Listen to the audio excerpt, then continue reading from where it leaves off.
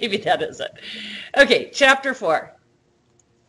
We are moving on to the fascinating topic of income tax withholding.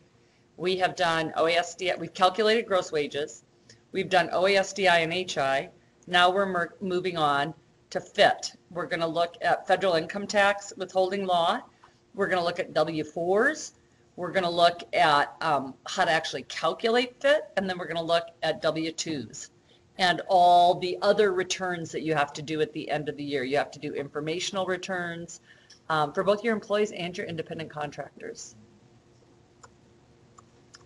Okay, first thing, coverage under FIT withholding laws. This is the exact same thing that we looked at with OASDI and HI. You're only liable as an employer to take FIT from people's checks if they actually are, if you're in an employee-employer relationship.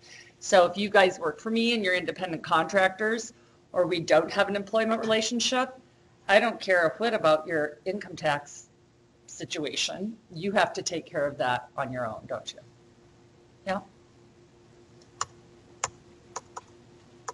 Okay, these are all things, kinds of wages, and one of these is we're going to do a lot more explaining on, that you have to withhold FIT on. Obviously, if y'all work for me and I pay you a wage or a salary, I've got to withhold FIT. If I pay you out vacation pay, that's all taxable. Either as you take vacation or when you leave me and I cut you a check for everything you've accrued. That's all taxable. And jump down to the bottom one, any bonuses or commissions that I pay you, that's all taxable. And then we've got this big category, new word called supplemental wages. And that's a pretty broad-based term. And what it refers to is this bundle of payments that doesn't fit in anywhere else. So for example, supplemental wages are things like severance pay. Thank you very much. We've appreciated your service. Here's a couple months' wages. Don't come back to work. Okay, that's called a supplemental wage. Retroactive pay. We have that situation here at UM every year. We're part of a bargaining unit, so a labor union that goes to bargain with the Office of the Commissioner of Higher Education. And like right now, we're in bargaining for the contract year that started in July of last summer. So when we finalize up bargaining and whatever they adjust our pay, that will be retroactive back to last July, because that's when my contract year started. No, they have to pay us, like say they vote us in a 2% raise. They have to calculate how much my check should have been starting in July 1st until whenever that we sign the contract, or whenever the bargaining's done. So it's never going to be like a 2% cut, but that's not Well, that hasn't happened. okay. Okay. But I mean, yeah, I don't think legislatively they can cut us. There must be something in our CBA, our collective bargaining agreement. I should know that. I'm actually treasurer of a union. So that kind of thing, all those sorts of things, severance pay, retroactive pay, year-end bonuses, those are all called supplemental wages, and we're going to learn something interesting about those as we go down the road.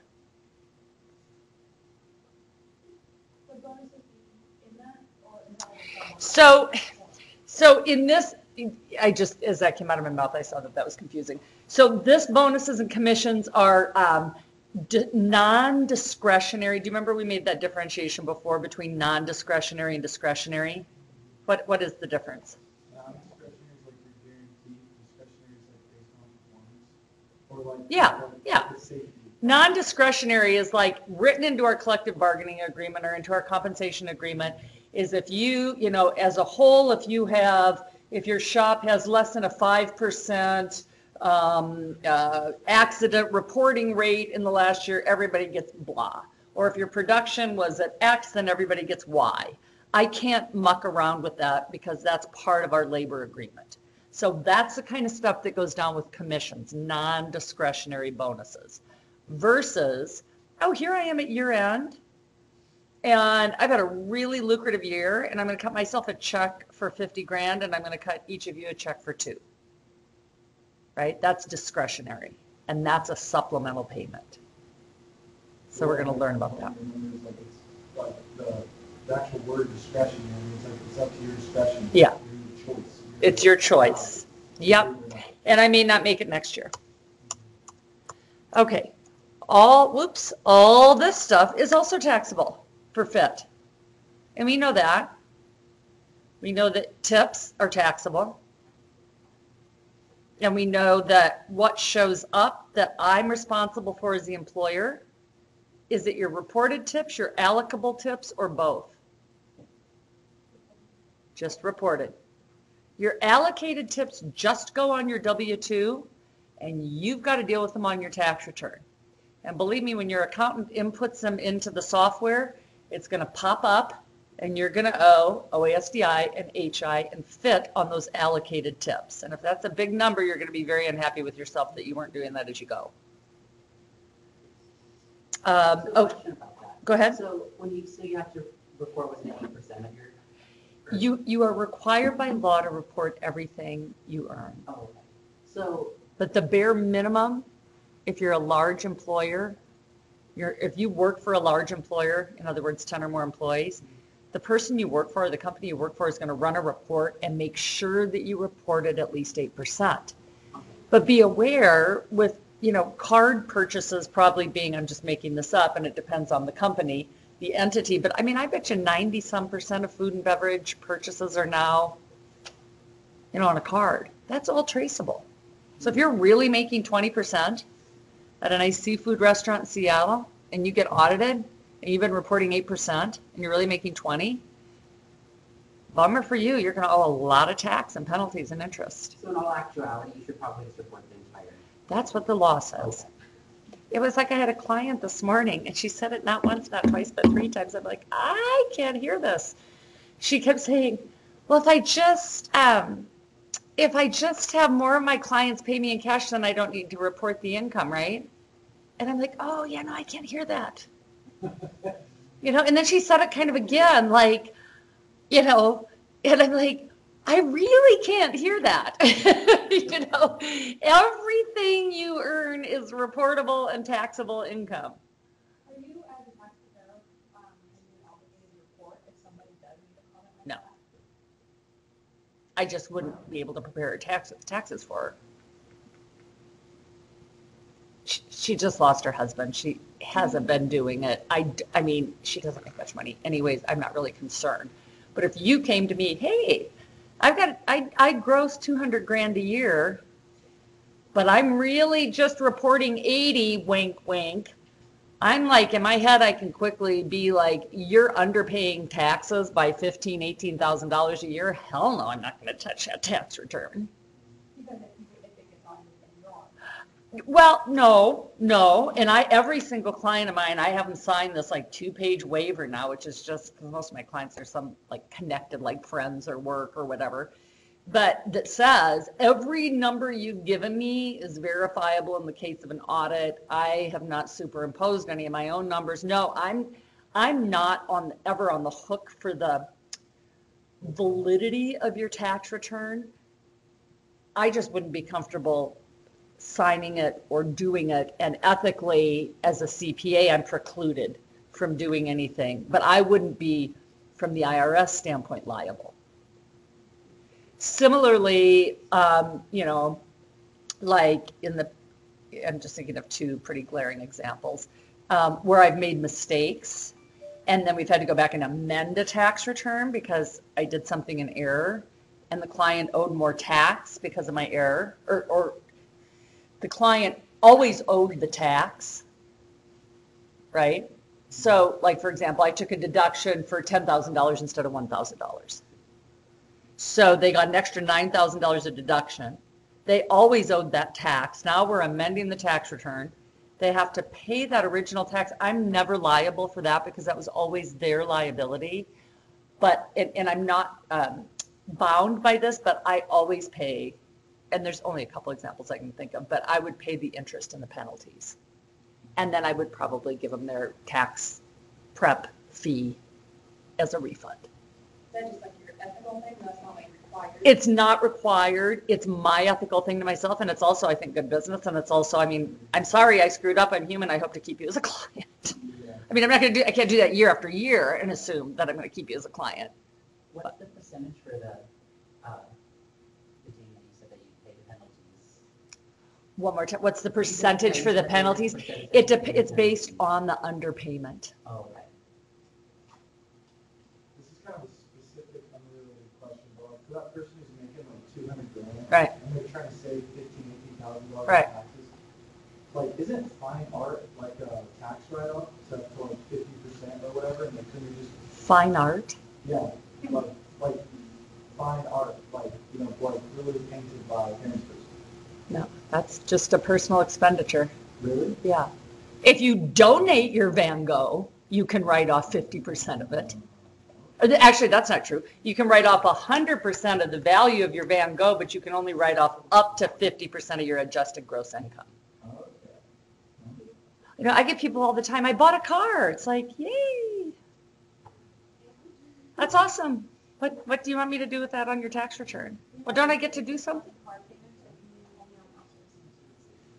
If you drive your car for business, I can take mileage.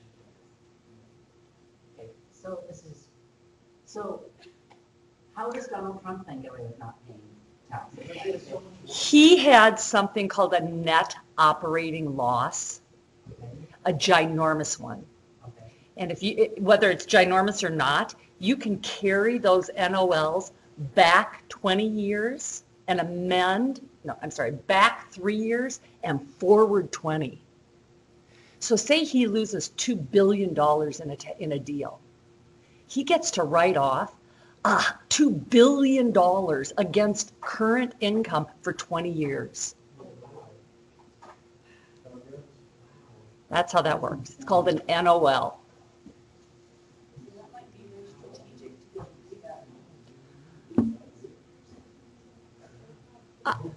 I don't deal with high income people, so I can't even speculate.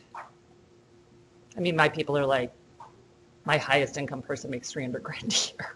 So, you know, I don't deal with people with 6 and 9 and 12 and 15 zeros like, oh yeah, no, I'm not touching that. So back to the allocated tips. Yes. And I know I covered it in college reading that when the employer pays his allocated tips to make up the wages, so for that minimum. So the employer doesn't pay it, they just calculate it and put it on the W-2. So- They don't pay them the allocated tips. They just calculate that number and they put it on the W-2 in box 12. That's not due to them, right? It's just, Nope. they should have had this. It's just a number they should have gotten that gets them to the 8%. So if they legitimately did not get their allocated. Then they can file this form that I can never remember the number of that says, I work in St. Ignatius at a coffee shop and they leave me a dime under the coffee cup. I don't make 8%. But if they did have allocated tips a couple of times, but it wasn't an always thing and they weren't able to file that form, they're technically paying. Tax on something they didn't. Yeah, yep. That's very, very, very, very rare. They keep the number artificially much lower than what we culturally normally pay for tips. Huh? But no one pays tax on 8%, they're only paying 20. Okay, See, they don't though. They should let the full amount off. Should, but not write it off, declare it. Declare. Okay, taxable fringe benefits. There's this whole slew of things. Again, you don't see a whole, well, you see more and more of it in Missoula. But it's, when you get a professional job, the hope is that you get to negotiate a whole compensation package, not just a salary, right? So what kinds of things are we talking about? We're talking about things like meals and lodging. But this is only, make sure you understand this, it's only taxable if it's for the employee's benefit. So if I have to have a ranch a dude ranch, and you guys all work for me, you're like, pause up, they put up some of their folks that work there, in the summer. Okay? Why do I do that? Because I can't staff up a place like that from people living up the Potomac Valley. There's not enough people to do that. So I give you guys all a place to live for the summer, right? You're a fishing guy, and you cook, and, you know, you take care of the horses and da-da-da-da. And great, that's for my convenience. That's not gonna show up on your W-2. Versus, I own, one of the Hilton franchises, and I put up 2 people in the penthouse, 2 of my employees, because, you know, they think it's cool to live in the penthouse. That's a benefit to them, and that's taxable. That's not for my convenience, because they could live anywhere else. So the real world example. Okay? So I'm gonna be in Lexington, Kentucky this summer, self-employed. Yeah. But we have to pay like, you know, like a weekly rent or whatever, it's like $100. Okay. You know, and it's because they can't really just take a loss, because half of the people are probably gonna leave before even a month in the summer. Right. You know what I mean? So would that be tax deductible then, paying on that rent? To you? To me? Sure. Yeah. So, if you're self-employed, you've got revenue of X, and then everything, all of your expenses get written off against that revenue. So, but, you know, I guess they really have to think about that, because any other independent contractor doesn't get right off their housing. Or if that's not where I normally am for the whole year, I'm just there for 4 months because I would need to look into that. I guess I'm not gonna give an answer that quickly. Okay. Certainly for driving your car and any supplies and your internet connection and percentage of your cell phone bill and blah, blah, blah, I'm gonna take all that. But housing, I'm not sure, because any of the rest of us can't write off our own housing against our revenue, because it's just a personal expense. What if I have another place as well? I still don't know. I still would have to Would look that it make a up. difference though? Feels like a business? Yeah, no, you don't, I mean, if you lived anywhere else, housing's a non-issue, of course you can't take it. It's just a Yeah, personal yeah. expense. Yeah. But I know. If they make you pay $100 a week, Uh-huh. I would have to look into that. Okay. Also, like, another example of this is like in San Francisco and all the big campuses, whether you're on Amazon or Google or Facebook or Tesla or any of those campuses, you have a badge, or you do biometrics, you scan to go in the buildings, you know, they read your eyeballs or your fingerprint or something. And then you get this whole slew of things, like, you know, they hire 4-star chefs to put in their cafeterias. And so every time you go through the lunch line, you're getting a $25 salad, let's say, in San Francisco. That shows up, that's not free, that's taxable, because it's not for the employer's convenience, it's a benefit to you. You can certainly leave campus or bring your own lunch or do any other number of things to eat, right? Moving expenses. I really want you to move out and be a professor at the University of Vermont, and we're gonna come and send the trucks and the packers and the da-da-da-da-da-da-da-da, okay? There's some of those, and I'm not gonna get too far into the weeds, but some of that money that they reimburse me or provide for me may be taxable, okay? Because it's a benefit, again. You guys move, you gotta pay for your expenses, right? If I get moved by my employer, why is that tax-free? Other fringe benefits.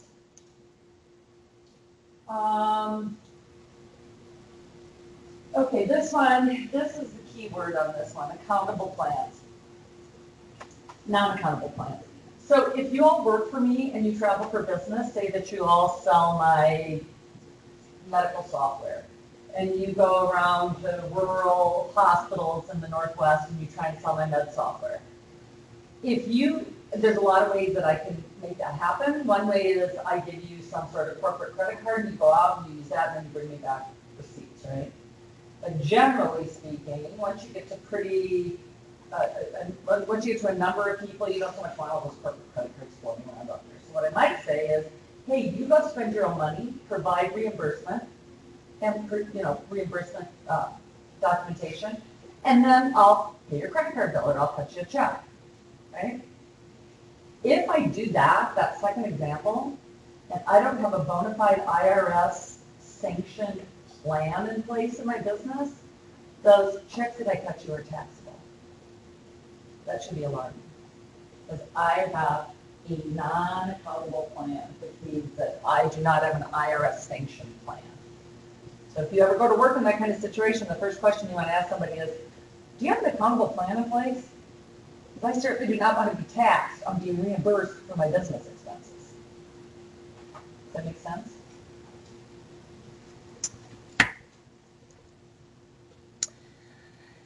Then we have this whole, go ahead.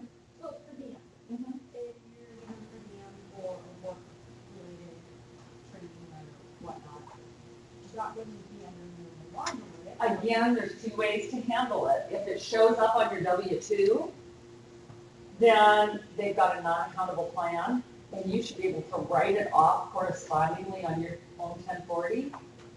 Except that that's not really true anymore with all the tax changes that Trump signed in 2017. So that's really a no-win situation for an employee. I would want to make sure and talk to my payroll person and say if I'm getting per diem or dollar for dollar reimbursement, whichever of those examples. I want to make sure that that is not flowing through my W-2. In other words, that you have an accountable plan in place. It's not an IRA. It's just, it literally is called an accountable plan. That's the terminology in the Internal Revenue Code. Can they count that on the gross income? They can if they don't have an accountable plan. They have to. But if they have an accountable plan, it should not flow through your W-2. So that's what you mean on a W-2. Mhm. Oh, yeah, sorry, it's part of the gross income. Okay. For non-cash fringe benefits must be treated as compensation, and the employer must withhold FIT on these things. Here you go, season tickets to the Lakers, so that you can take somebody you're trying to, sell, I don't know, pick something, sell, movie rights to. So I get to go to the Lakers, here's $30,000 worth of season tickets, that's gonna show up on my W-2 taxable income. Athletic club membership, and again, these things don't matter so much here because you look at like season tickets to the Grizz, ooh, $700. But I mean, these can be really, like athletic club membership is like, belonging to Pebble Beach Country Club, 50 grand a year. Taxable. Personal use of the corporate car, here, have a car. So now, I mean, that's a huge benefit, right? I don't have to make payments, I don't have to do upkeep, I don't have to license it, I don't have to insure it. So they give me a car to drive. And if you guys all sold medical software around rural Montana, I might do that. That may be a part of your compensation package because I know that you need a good vehicle that's going to get you around these roads, right? 12 months a year. So I give everybody a Yukon to drive. If you use that car personally, which most of us will, we're not just working. On the weekends, you take your family skiing and you go do this and go do that, right? Run to the grocery store, what have you. You have to track those miles and give them to me once a year. And you're like, oh, I drove that Yukon for 4,800 miles personally. Then I threw a chart that the IRS provides and multiply it. 4,800 miles times 50 cents. I'm just making that up. And $2,400 shows up on your W-2 as taxable income. If I give you a 1970 Pinto, it's going to be worth a penny a mile. If I give you a Tesla, it's going to be worth $1.30 a mile. See what I'm saying? So it's the value of the car, and the IRS publishes this as a 50-page document with every make and model of car you can imagine going back 30 years. It tells you how much per mile you're taxed for your personal use of a corporate car. So it's not free. You can't really track that very well. You have to provide their payroll with something annually. What if you specifically have like your own car and then this one, so that you don't? If you've got your own car, I think you can make a pretty good case for not having any personal use. Most people I know that have corporate cars do not also support that car. Why would you? This makes the IRS crazy. You're supposed to be taxed on your frequent flyer miles if you fly for business. I fly 400,000 miles. My husband's sister is in advertising in Manhattan, and her biggest customer is Kuwait Air. So she flies back and forth all the time, first class, LaGuardia to Kuwait, Dubai, all over the United Arab Emirates. That's basically her client base. Probably does that 3-4 times a month. But yeah, it's first class. And it's like being in a really, really, really nice living room. Okay? Super expensive. Obviously, she doesn't pay for it. So at the end of the year, she approves all these modules. So it's like, now we're all going to go to Rio de Janeiro for vacation. The IRS really wants you to make that, to declare that and pay tax on it because it's a non-cash fringe benefit based on your job. There's no way for them to track it. All the hand wringing in the world does not matter. And so, even though it's on the books, some people doesn't. Yeah, or hey, you were my best salesperson this year, Warren, and I'm sending you to Maui. Awesome, that's going to show up on your W-2. I have a question. So my dad, he's an engineer for MRL. They get free use of, they have like a list of gyms in Missoula to use. So like, how do they track that though? Because that's just kind of like given to them. Technically taxable, you would impute some fair market value. Your average gym costs $50 a month. Okay. Some stuff is called de minimis. It's so little, it's not worth tracking. In other words, to take the payroll clerk, $500 worth per hours, to track it. I would imagine that's one of those things. So how does it look for the company tax? Because you're getting taxed on it. And they get a write-off. Maybe you're right. But you still get the free whatever. Right? But it's not free because you're paying tax. Okay, yeah, you're paying tax, but. Well, again, it depends upon what this is. If you're in the 10% bracket, you're like, whatever. I mean, If you're in the once 30 you don't want it, and they give it to you, you know what I mean? Right. Which, yeah, then you can say like, I don't want to belong to Pebble Beach, I don't golf. Yeah, So, so I mean, like, there's arguably 50 for, yeah, like less than 10% taxes on it. Yeah. Whatever it is, but. yeah. But it really adds up. One of my kids works in San Francisco and he's got a slew of these non-cash benefits and it's like, oh my God. And it really adds up. Is that all come under W-2 then? Like it all? It's all in gross Does it come in income. like as? It just comes in box one, gross income. And if you're self-employed, is that the same thing? Like, anything? They don't care a foot, no. Self-employed, again, self-employed is like, here's my revenue. I gross $62,000. What if you're in a contract? and you That have is. non-cash benefits? Non-cash benefits, like, what would be an example of a non-cash benefit? I think my A trip to Mexico. Oh, yeah, that's all coming through on your 1099. Yeah. Yeah. Like meal vouchers every day. 1099. something like that. Okay, cool. It's just one number, it comes through as gross revenue. Here's things that you don't pay FIT on. You don't pay FIT on qualified employee discounts. I work for an airline and I get to fly free. I don't have to pay tax on the value of those free flights. Or I work at Tacos del Sol and I only have to pay 50% for my tacos there. That's a qualified employee discount. I don't have to pay tax on that. Use of on-premise athletic facilities. Again, these are these big campuses. I've got a gorgeous gym and masseuse and pool and da-da-da-da-da all on campus for you guys to use because I'm Facebook. I don't charge for that. Reduced tuition and meals and lodging, again, for the employer benefit. It's for my benefit as your employer. You don't have to pay tax on it. De minimis fringe benefits, that's what I was just talking about. It's too small to track. Like I give you a company cell phone. Really, technically, anything that you use it for personally should be taxable, but I'm really not going to have you chart how many minutes you're on your cell phone personally versus for business. And then there's a complete list on this page. So hopefully you're already getting the inclination that calculating FIT gets a little bit more complicated because there's a lot of other things to consider. Okay, so how do I withhold FIT on fringe benefits? So let's say that, like in Missoula, the value of our country club is at $50,000 a year, a couple grand to go on the Missoula Country Club.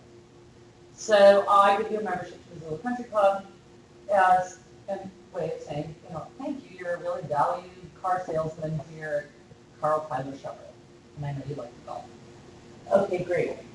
You pick, it's called flexible reporting. If I put that whole $2,000 and calculate FIT on that on one paycheck, it's going to take a chunk out of your check, isn't it? So what I want to do is maybe put it over 4 paychecks, or 20 paychecks. right? So that it doesn't have that big of an impact on how much tax I take from your paycheck. Because I'm not giving you that money, I'm paying the country club for you to belong. And then I'm taking tax on the value of the $2,000. So that's one way of doing it. Value it and add it to your regular pay, treat it as one paycheck and withhold accordingly. If you don't know how to withhold accordingly yet, we haven't learned that, but you will. Or supplemental wage, and this is the first time you've been introduced to this. How do we tax supplemental wages at a flat 22%? I was just wondering, I guess I had it in my head that, you know, you get the meals and all these other perks, that just kind of goes on at the end of the year. They would just, as you accrue them, they would just put them on your gross wages? Some things, well, it depends how the company does it, and this is something I would want to know. If they plop it all on my last check, oh my God, I might not get a check the 15th of December, right before Christmas. Because, you know, they put all these benefits on top of my regular pay and then calculate FIT on that. So I want this flexible reporting. I just want a chunk of it. I counseled my son on this when he first went to work for Tesla. It's like, you don't want all these benefits showing up at once. You want to like estimate, like I'm going to use $3,000 of your cafeteria and have them just put that on there? Yeah, so some things you can't do. Things like that, you're not going to be able to do. But stuff like his Key-Man life insurance policy, what else did we do that with? Athletic club, off-site athletic club, we did that with. You know, those kind of big things. Tickets, box tickets to the, who plays in Oakland? The Raiders. So bad at that. Things like that. Those are the things you want to do flexible reporting on because they're big dollars. Okay, so flat rate, 22% for supplemental, or you add it to regular paychecks and withhold accordingly. Okay, now we've been through this a bunch of times. This should be easy peasy. Employee has to turn around and tell their employer by the 10th of each month how much tips they made in the last month. That's called reported tips, you know that. Then the employer's got to withhold fit and FICA based on this off of the next paycheck. You know that too. We've done that a lot. If I have 10 or more employees, I'm called a large employer. You know that. And then I've got to go through this calculation of 8% of the server's gross receipts. Okay, so this is just really works exactly like FICA. This just reiterates what you also already know.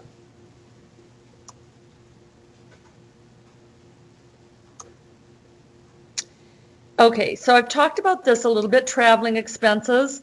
My reimbursements are made, travel reimbursements are made to me as an employee from my employer.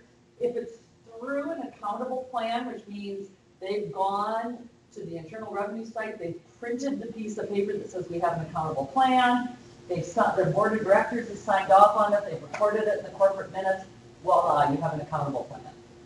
That's all you have to do. Then it's a non-issue, there's no withholding on it. But if there's not a plan in place for per diem or actual, then it's considered wages and you've got to have FIT withheld on it. So that's really your question to your employer, do you have an accountable plan or not? These are things that are kind of interesting, what's exempt from FIT. Basically what tax law says is that everything is taxable unless it's specifically exempted. And interestingly enough, if you're a minister, you don't pay FIT. Why is that? Is there a church? Tax law. Whenever you see something specific like this, it's a result of a lobby. Yeah. Advances. So you're like, hey, my transmission went out, can you advance me $2,000 and then I'll pay back $100 out of each of my next 20 paychecks? That's not income to you because you're going to pay it back. So that's even too bad. I can give you tuition assistance up to $5,250 a year for undergrad or grad school. Moving expense reimbursement if you're active military. And then this is kind of a funny one. or not funny, but this is based, this is big city based. If you are a commuter and you have a transit pass, most of you may not even be familiar with this stuff, this is big city stuff. But like, like I said, I got a kid in San Francisco, I got a kid in DC, and you have commuter passes. If you want to travel the tollways on the East Coast, you've got a pass. If your employer gives it to you, like my son's first job in San Francisco, we had to cross the Bay Bridge every day. It's like $6 every time you cross it. It's like $12 a day to get to and from work, right? And then if he's going up to construction sites, you might have to cross other bridges. Long story short, they give him a pass. That's not taxable up to $260 a month. But if the pass is for $500, then some of that still shows up on the W2.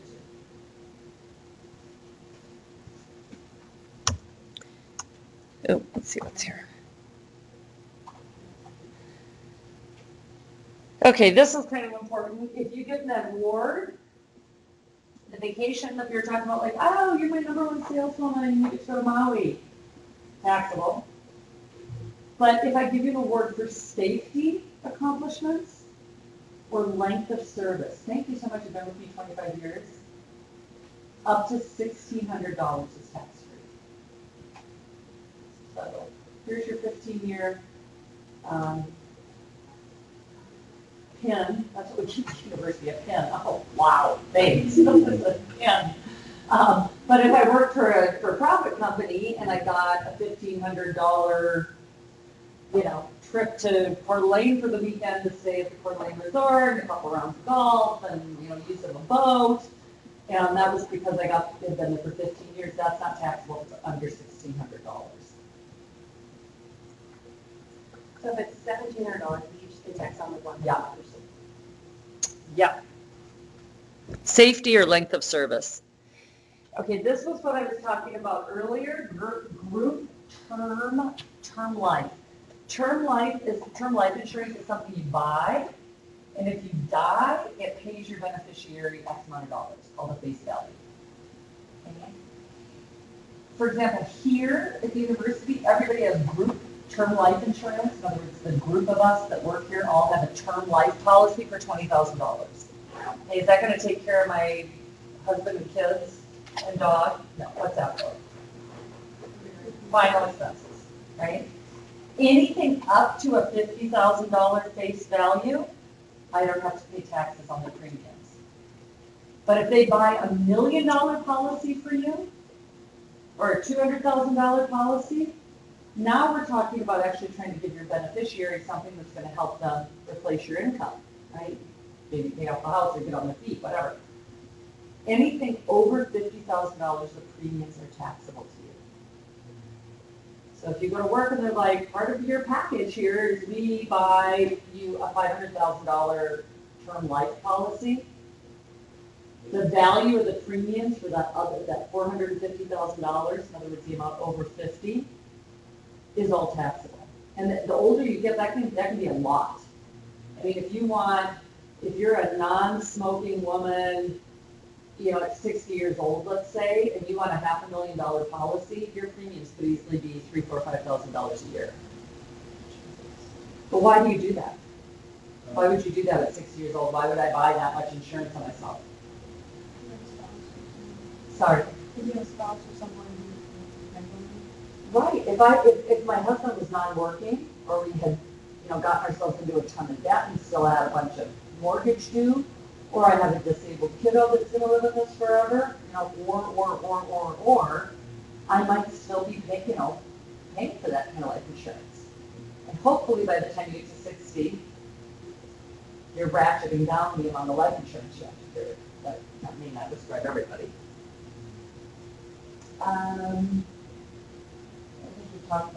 What's long-term care?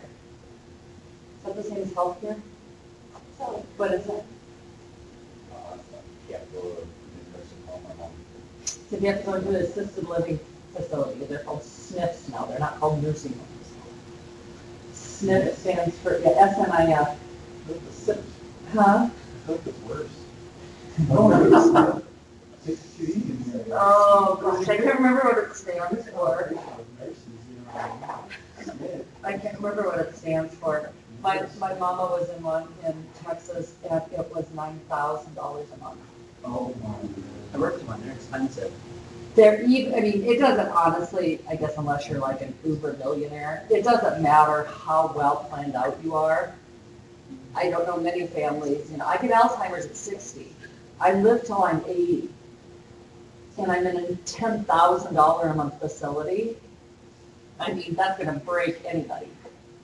So that's what long-term care protects you against.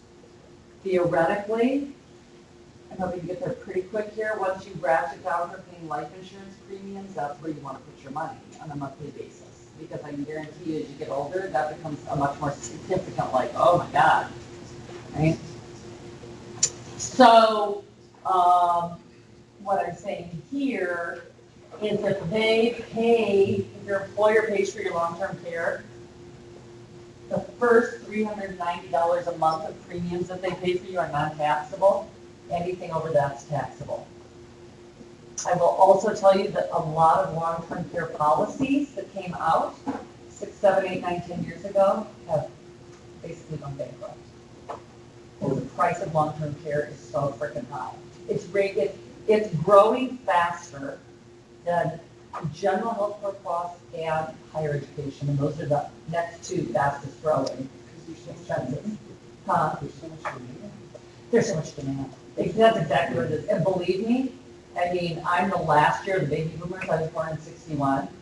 And you guys technically could pay for all the baby boomers, right? In one way, shape, or form. Social Security. Well, yeah, right now the mean age in America is 82.9. Mean age. On the Human Development Index. That's our average age. For the baby boomers? For 82.9. I don't know, not for baby boomers. I think that's just, if you measured everybody that died last year in America, Yeah, they were averaging. they averaged 82.9 years. Okay. But obviously, we know that life spans are increasing, right? Sort of. For better or worse. I don't know. My auntie just turned 105. Oh my She was God. camping. Camping? I love it. I don't want to be 105.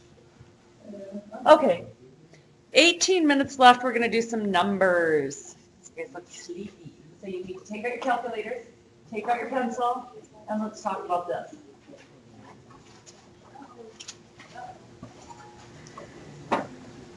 This is so exciting. Pre-tax salary reductions are exempt from FIT.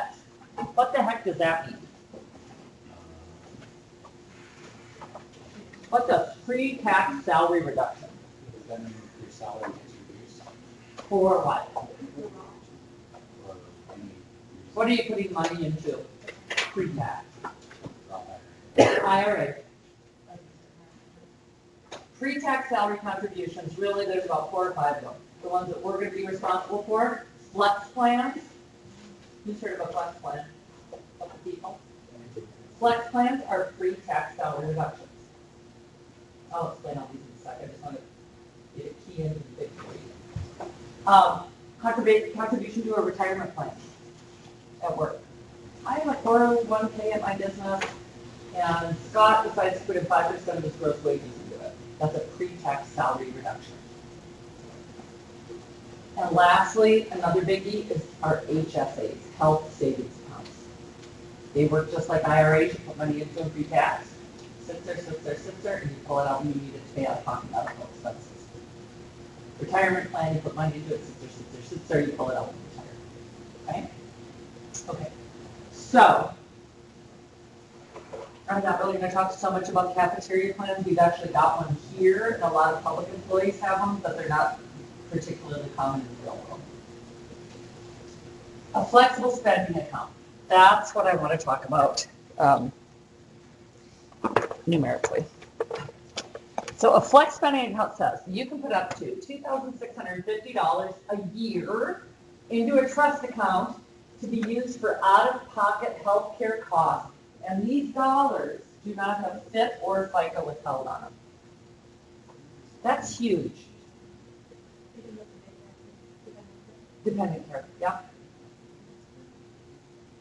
But the thing with a flex plan is if you don't use it, you lose it.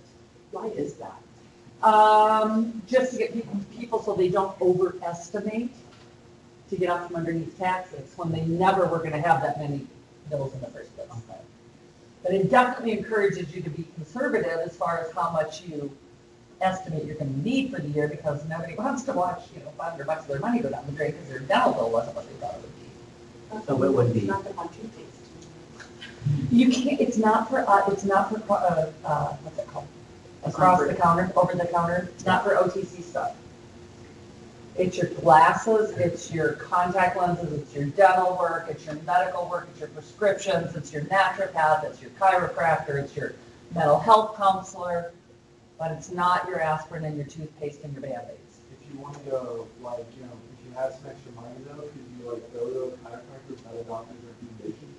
Would that still be? I don't know if you can get into a chiro without a referral. Okay, yeah, sure, that's all bona fide, absolutely. I just did like 3 months ago. You absolutely can. That's awesome. You can get, you actually can run your massages through a flex spending account, but that does take a doc's referral. That does take a doc's referral, and I've had a lot of people do that, I've done it. She's on the stress.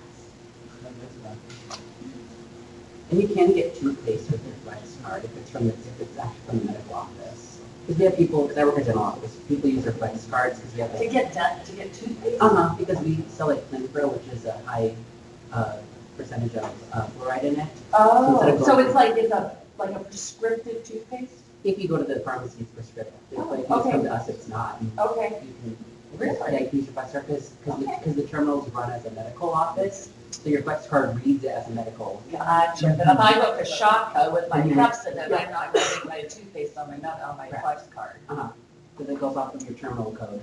Interesting, okay. So let's take a look at how this works.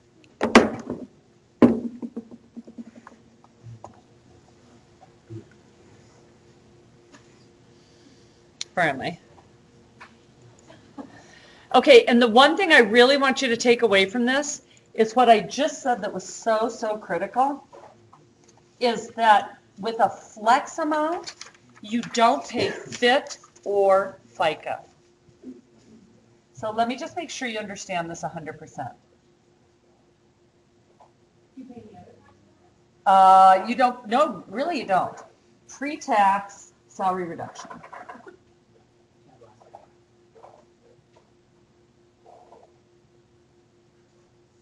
You, on a flex plan, you pay no FIT or SIT or FICA.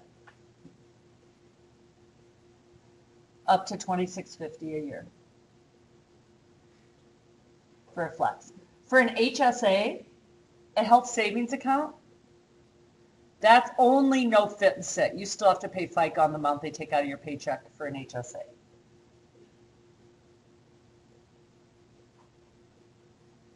And any 401k or other, pension contributions, no FIT or SIT. But you still have to pay. But you have to pay FICA. So here's how this works. Amy earns $30,000 a year.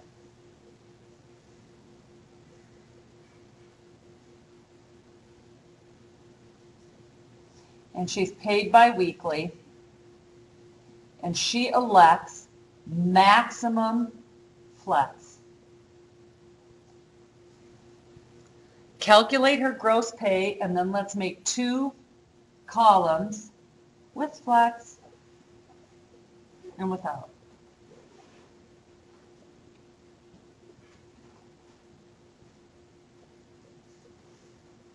What's her gross pay first?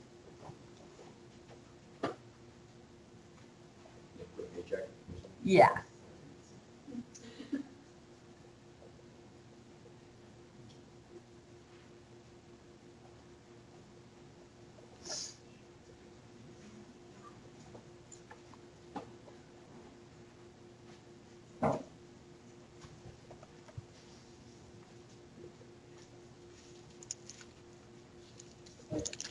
Flex, you know, less the max flex.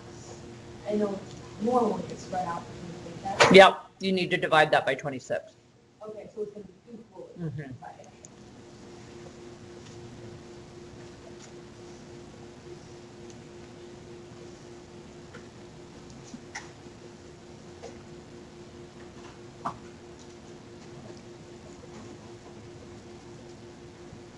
Oh.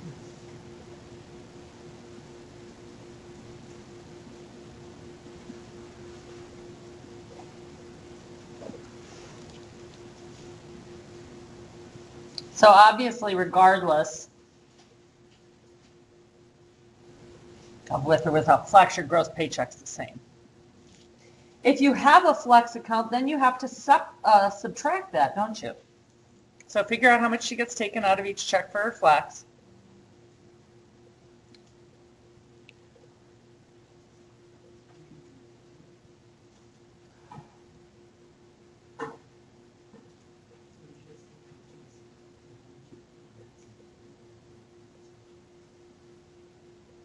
So these are her taxable wages. Is that a 3 or 5? What? 30,000 or 50,000? 30. Oh, well,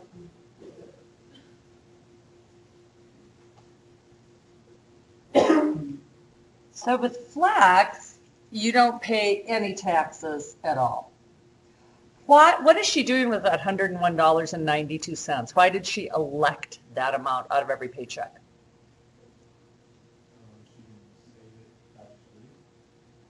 That's what she thinks her medical and dental and optical bills are going to be for the year. Or, so she's got $50 a week insulin, right? So that's perfect. She gets to pay for that tax-free. Now, the example we're going to do is we're not going to take into consideration fit or sit because we don't know how to do that yet. I just want to show you how this works. So let's just pretend for giggles that her fit is a flat 10%. That's not how it works, but we're just pretending that. So calculate her taxes for both the flex and without the flex. You know what the percentage is for FICA, and we're just pretending 10% for fit.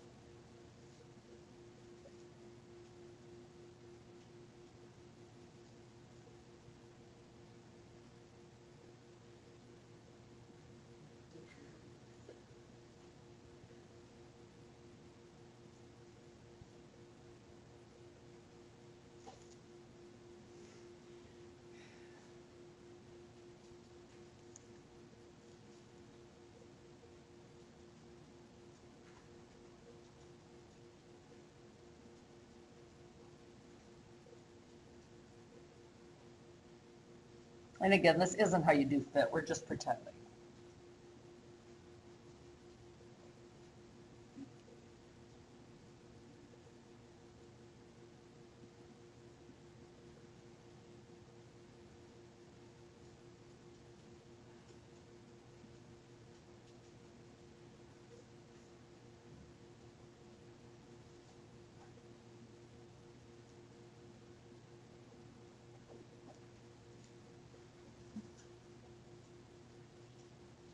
So that's her net paycheck with the flex account, right?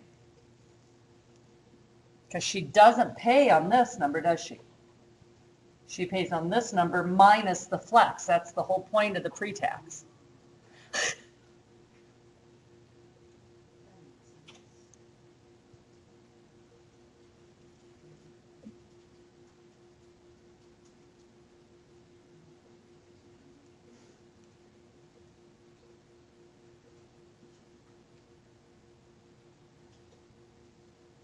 I got 105.19.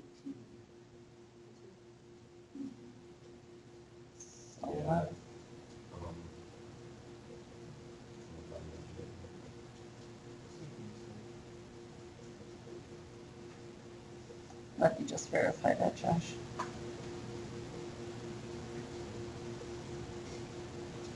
Oh, yep, I think you're right.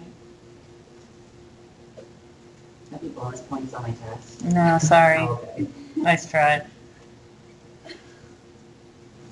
So what does that put my net at then? 866.27.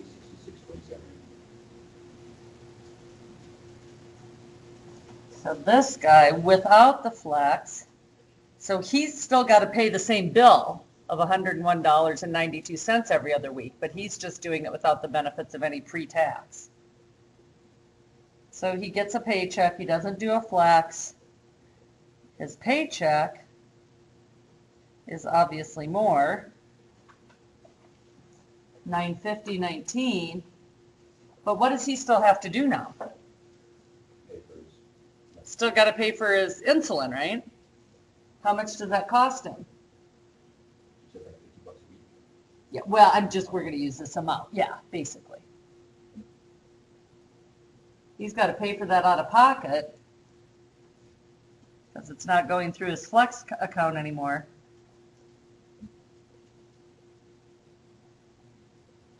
So the net ramifications of it is right here. In this example, he only paid tax, right, on the amount of the gross minus the flex. That's what pre-tax salary reductions are. In the second example, he has to pay that 10%, and again, I just made that up. Fit in the 7.65% FICA on the whole 1153.85. So obviously his paycheck is more, but he's still got the same bill, doesn't he? Last question is how much does it save him in a year to use a flex?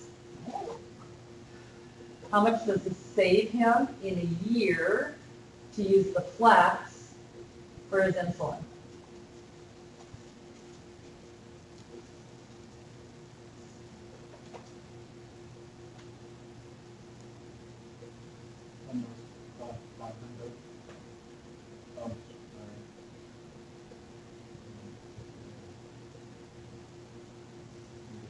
I think he's saving $18 a paycheck, and there's 26 paychecks in a year.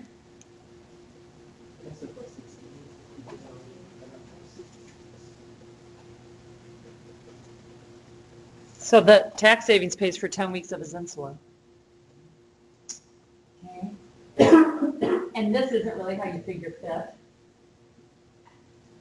We're going to learn how to do that. But if these numbers get bigger, the higher your tax bracket. And you also don't have to pay SIP. They didn't put that in there. All right, so for Tuesday. Today Thursday? Yeah. Hey, we're almost to the weekend. Oh, my goodness. Oh, so, and everyone knows there's no school on Monday, President's Day. Oh, I need to show you one more thing. Please. For Thursday, or for Tuesday, as we just said, you need to go look up here under announcements and miscellaneous documents at payroll practice problem number 1. There's going to be 3 of these due over the next week and a half that are additional points that I've just made up to help you practice doing taxes, doing payroll. This is a company who's got 4 employees. All you know how to do so far is to calculate gross paycheck, because we don't know how to do fit yet. But I want you to set it up. You're going to use a spreadsheet to set it up. And it's going to have the names of the employees across the columns, and then the paycheck down the side. Gross minus FIT minus OACI minus HI minus SIT equals net. Same thing we've been doing forever. So for Tuesday, you need to have that set up and come in with the gross paychecks calculated for the 4 people. On Excel. On Excel. Do you want to put Caribbean on this meeting or just? Yeah, we're here, work on it. You want me to send that to you? I'll wait until it's all the way in to get it from you. Okay? All right, happy Valentine's Day. Love your pet, love each other, love you, all that good stuff. Chapter 4 problems will be due probably next, don't push it Thursday, the 21st. Oh, another question. I know you don't like looking very far in advance, but do you know when the final week's out? I'll be out of town for 2 days.